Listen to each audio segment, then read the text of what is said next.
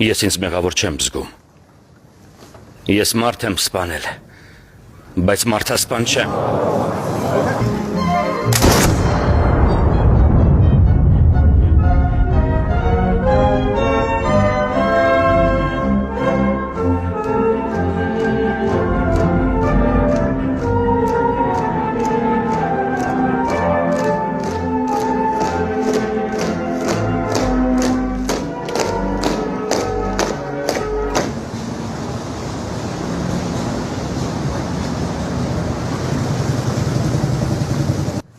Զոհին անձամբ ճանաչում եք։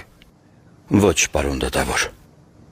բայց նա հրաման է տվել կոտորել իմ ամբողջ ընտանիքը։ Մորս, հորս, քրոջս, գերդաստանս, ամբողջ ընտանիքս։ Ասացեք խնդրեմ, երբ որոշեցիք Թալիաթ Փաշային սպանել։ Երբ մայրս խնդրեց այդ մասին։ Ձեր մայրը։ 2 շաբաթ առաջ մղձավանջներիցս մեկում տեսա մորս դիակը։ Նա վեր կացավ, մոտեցավ ինձ ու ասաց. Գիտես, որ Թալիաթ Փաշան Բերլինում է և ոչինչ չես անում։ Դու այլևս իմ որդին չես։ Երբ արթնացավ, որոշեցի սպանել նրան։ Ասացեք, ինչ զգացիք այդ պահին։ Մեծ բավարարություն, մեծ արգո, պարոն դատավոր։ Իսկ հիմա։ Հիմա էլ հպարտ եմ իմ արարքով, պարոն դատավոր։ Եկեք անցնենք փաստերին և վկայություններին։